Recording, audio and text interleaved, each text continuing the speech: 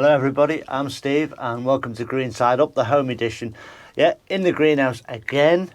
I'm actually getting started now on my April sowings. I've got a lot to catch up on, stuff that really should have been done this month.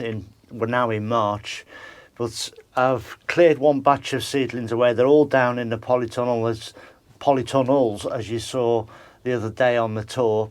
And I've got space here now and I'm going to fill it up because I need to get a load of stuff done. And what I'm going to do today is I'm going to sow some veg first, and then I've got a few herbs I want to sow, and then right at the end I'm going to do a trial. It's a bit of a silly trial, but I thought, well, I'll have a go again. I do this every year and you'll see later in the video. Anyway, I just wanted to highlight a couple of things first before we move on. One is the clocks spring forward on Saturday night, Sunday morning, so we get the extra hour of light in the morning, more gardening time. And that signifies British summertime. Now, with the weather mostly being good lately, people are lulled into a false sense of security thinking spring has started. Well, it hasn't. It hasn't started yet, and it's not going to start for another month or maybe even more. So just be a little bit canny about plants that you leave unprotected, because we will get frosts late, we will get rough weather. And in fact, I've checked my local weather here up in northwest Cumbria, and I've got temperatures going down all the way down to 3 and 2 degrees for the next 2 weeks. That's frost territory, so got to be careful, keep everything protected. And the next thing I wanted to highlight was 4 days ago I put a video up, tomatoes 3 ways, where I showed the different stages of where my tomatoes are at. The Crimson Crush, which I potted on then, my Eildie that I'd sown, I potted those on, but they were sort of much smaller, and I sowed some more seeds. The seeds are germinating in the kitchen as we speak. The Eildie, as I look over them, you can't see them, still a little bit taller. The second leaves are just coming on them, the first true leaves. Crimson Crush are romping away, and I just had a quick look and I'll show you these. So there's the Crimson Crush, is doing well. Could do with being planted a bit deep, because there's the seed leaves, and when I pot these on in a couple of weeks I will plant those deeper again. But if I just turn that out, you can see already after 4 days the roots I've got into that compost, because I've only put half to 3/4 of an inch of compost all around that little plug that was in one of those little cells. So if you look at it as a comparison there, because I took the seedling out of that tray at the right time, just as the roots were starting to come out the bottom, they've got away quick into there, and they're appreciating that extra compost. And because there isn't too much of it, it's not too wet, so they're not soggy and they're not sulky. They're thriving. They're wanting to get on with the job of growing. And I'll do the same when I pot them up into a little bit bigger pot, probably a 13 centimetre, 15 centimetre pot. So getting on for a 6-inch pot, almost 5 to 6 inches anyway. And again, they'll thrive and they'll grow high, big, bushy, strong, healthy plants. But they're going to want potting on in... If I haven't potted them on within 2 weeks, I'll be surprised, because they're just going to fill that pot. And you don't want the roots going round the pot, you want them coming out, growing like you expect to see roots, like a claw into the compost. Once they hit the sides and start spinning round, you've lost that root almost. It'll continue growing, but it'll just spiral. So you want to catch them really before then, and then they'll thrive. So there we go, that's those tomato Crimson Crush. So the first of my sowing is this puppy, and it's mostly, this first lot of sowing is all lettuces. I've got a couple of batches. I sowed one batch really early. They're in the polytunnel and they're about ready to be planted out now. And you'll see me about a week, 10 days ago, potting on a second batch, which was in a great big tray. Both sets are down the allotments. And what happened to me last year, even though I tried to keep my eye on these things and have a progression of salad leaves throughout the summer, it didn't work last year, and I ended up with plants that had finished gone to seed, gone over, so the leaves were bitter, and my next lot weren't ready for harvest. So I'm jumping the gun this year, trying to get it right, and then at the end of the year I can look back through the videos, check my sowing dates, my transplanting, and I'll have a better picture for next year. So I am jumping the gun. I am making too many lettuce plants this year, there's no two ways about that, but I'll get it right this year as much as I can, so that I've got a continuation of lettuce right through the season, and then next year you can fine tune it. So what I've got is, I've got a selection of lettuces here, I think 7 different varieties, and I don't want a great deal of lettuces, but all I'm doing is I'm using the furrow method, which, as you can see, all I'm doing is nice freshly sieved compost, and then I'm just plonking my fingers down. You can use a piece of wood. I mean, I have used a piece of glass. It broke off one of the panes in this greenhouse a couple of months back, and that's all you need to do. Now, it allows you to get a lot of seed different varieties into a small space. I could sow these individually into the modules, you know, similar to this sort of a thing, but it just takes up too much space for me, you know. So I do this way, and then I just prick the seeds out.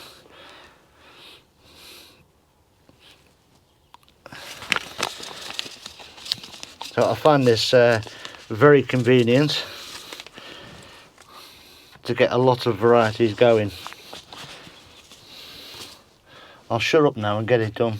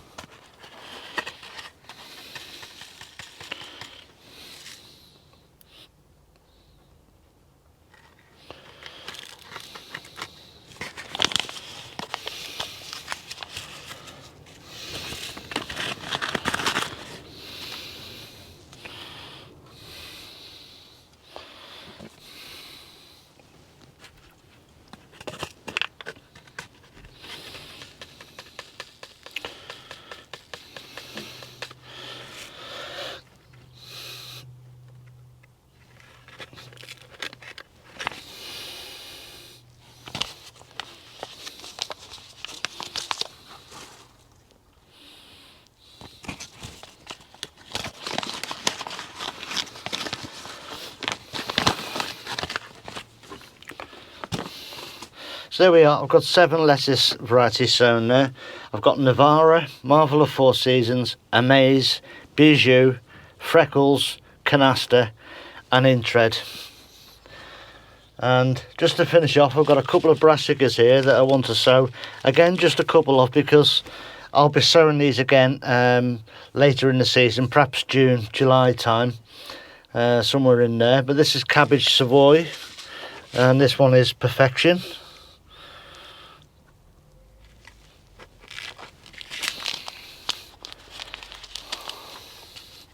So you've got that one, and then this one, Cabbage Red Drumhead.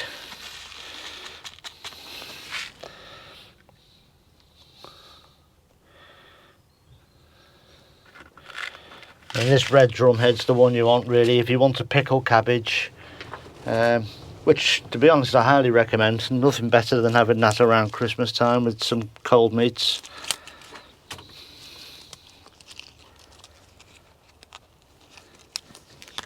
So we got red drum there and Savoy. So next thing I'm doing is I'm multi-sowing some seeds next, and I'm just packing. This is a module tray, a 50 cell module tray, and just packing in the compost into there.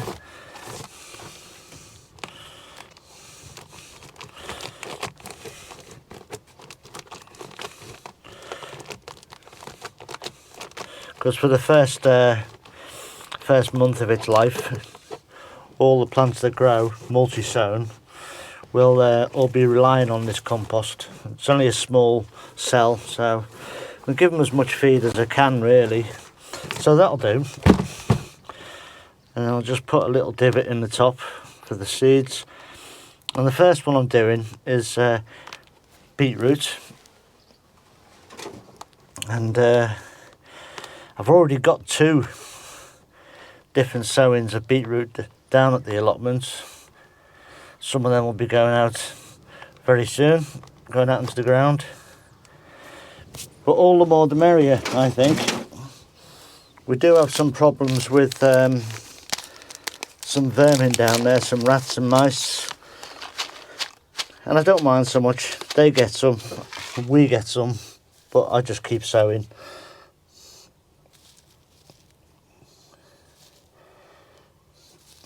I tried storing some over winter this year in some wood chip. It didn't quite work out for me.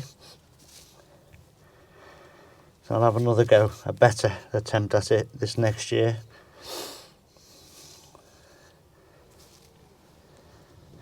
I know if you have a look at Steve's Seaside Allotments, I know he stores his beetroot in wood chip. I've had it work for me 1 year, but this year it didn't. But I didn't have the proper wood chip. I used some pelleted wood chips, and that really didn't work out too well. They all rotted and desiccated in there. So that's the normal Bolzardi. And I've got a golden one here, which is, to be honest, my favourite. And I like this one roasted.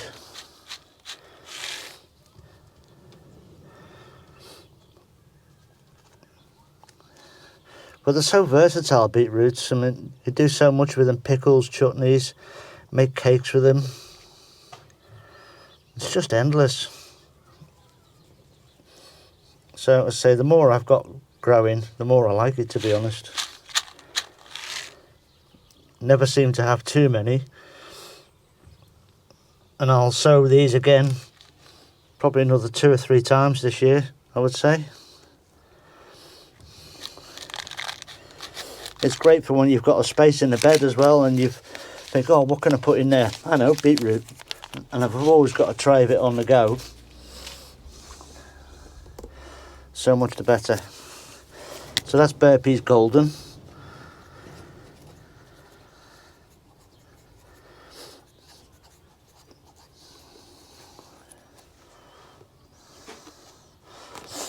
And that's Bolzardi.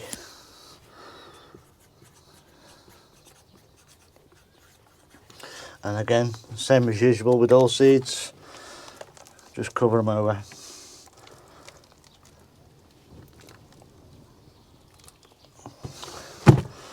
And they want a watering, and they're done. So this one now is a spring onions, or what I say the spring onions, that's what they are. Onion bunching Ishikura. You don't get the little swollen bulb on the end of it like you do with a traditional spring onion. But I like it. I find it very reliable. I've used it for years now. And again, I'm multi-sowing these. So another 50 cells. Now, these aren't all for me. We had a lady plot holder down at the allotments. She's now packed in her allotment. She's got a very small garden at home. And, well, a fairly large garden at home. she wants, she's asked me for some of these plants because she knows I do them every year, so I'll give her half this tray. It's no more inconvenient for me to sow the seeds. As you can see, it doesn't take very long at all. And now all I've got to do is water it and then pass the plants on. So again, it's another easy thing to do. So there's spring onions ishikura. I've already got some of those down at the allotments with all my alliums. I've also got little trial or test I'm doing here as well with 2 new varieties to me. I've got these growing away here in the polytunnel, in the greenhouse. These will be going down the polytunnel this week.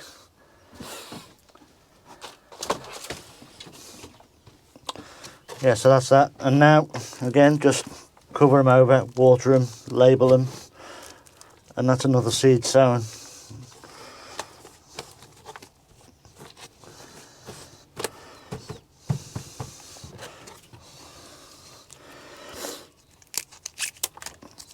So I hope you're all getting on well with your sowing. So next up, I want to get some cucumbers sown. It's finally time, I feel, to get them going. We're heading into warmer weather, even though I've just predicted that the next 2 weeks are cold.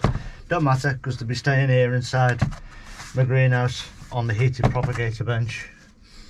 And I've got 2 types here. This is one I normally grow every year, called Bet Alpha. And that gives you tiny cucumbers. Basically, they're about sort of 6 to 8 inches long, so they're no great size, not like your typical sort of telegraph varieties that can grow sort of, I don't know, must be 15 inches some of those grow to. And I'm sowing 2 seeds in each module here, and I'm going to do 6 of each variety. Now I only need 2 plants at best really of each variety, but they can be finicky to get going, get started, so always sow more than you need. And I've sown them mostly on edge to stop the water pooling on top of them and rotting the seed. This is a variety that's new to me. It was free with a magazine, and it's why I'm sowing it, to try it out. You know me, love a trial. So we'll see how we get on with these. There's not many seed in the packet, I think 10.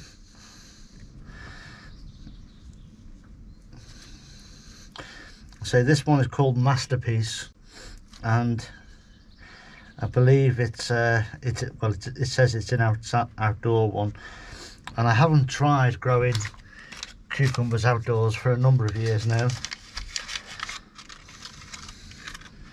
One more seed in there, you can go in there.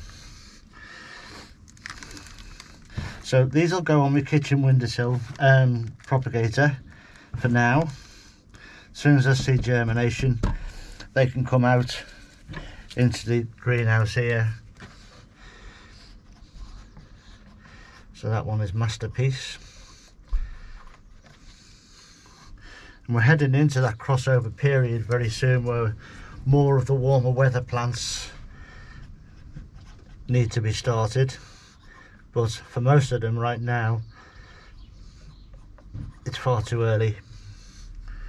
More to the end of the month when I start sowing them. Come on, get in. There we go. So that's Beth Alpha and Masterpiece cucumbers. Okay, so here's a few of the herbs I want to grow this year.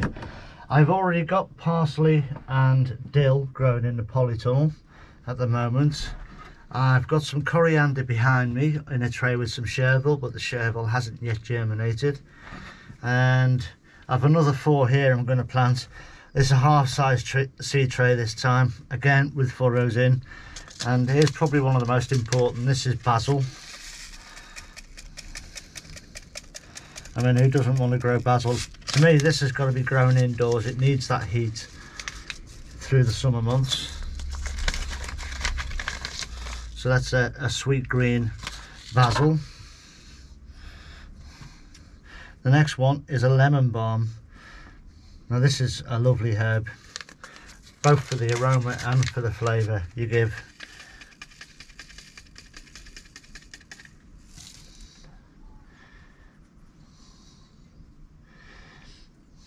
There we go. See, if you get yourself prepared like this, and if you grow in furrows, you can very easily and quickly sow many varieties of seeds, and in an hour or so you can do most of the sowing that most gardeners will need. Just ultimately it makes sense to me to do it this way. So this one is a sweet marjoram. Again, that's done. Now mostly these will want to be kept on the drier side, so I'll water them, but I won't water them very often. And on the day that I come into the greenhouse here and see that the compost is dry on the surface, I'll leave them, and then the next day I will water them. If you think about it, most of the herbs, we all know that they all need poor conditions, and the drier the better. They all grow in a sort of more Mediterranean or warmer climates. So just keep them on the dry side if you can. There we go, 4 herbs sown: sweet green basil, lemon balm, sweet marjoram, and some savoury. Now, as an example of watering, these are the cucumbers I just sowed a couple of minutes ago, and I'm going to give these a soak in. Because I want all the compost in there to get wet. Now, those herbs, that's it. Hopefully that gives you a better idea of how to water the herbs, really. Okay, now for that silly test I mentioned earlier. I've got a set of root trainers there set in its little plastic rack there. I've only filled half of them with compost, and what I'm doing is very early sowing climbing French beans. I mean, ordinarily I would wait until probably the end of April to sow these, because they do like the heat, and possibly pop them out into the garden at the end of May. As I say, they really need that heat. But what I'm doing here is, it's not so much of a test. I do this every year, and about 2 years in 5 I'll get a crop off them in the polytunnel. Didn't work for me last year. Normally it's too cold in the early parts of the year when these are in the ground and growing, and they just don't produce, and then I end up ripping them out. Last year it got too hot and they all dried out on me. Turned me back on them for a week, lost the lot. But every year I try and say sometimes it's worth it, you'll get a crop. Mostly though, this time of year it is a complete waste of time. But I've got some big bags of seeds, and I'd just like to try my luck.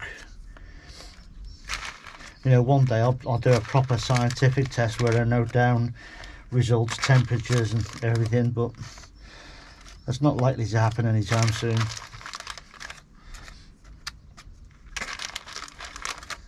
So I'm putting 2 seeds in each cell, giving them a chance, and we'll see what happens with them, really. Yeah, I am setting myself up to fail, I know that. But that last one there, climbing bean Blauhilde, and the first one was climbing bean. So don't forget, on Sunday morning the clocks will spring forward an hour, and don't forget also that for the next 2 weeks we're going to have cold overnight temperatures, so watch any of your tender plants that you might have needing a little bit of help or protection. But that's it for now. Take care everybody, stay safe. I'll see you very soon. Ta-ra now.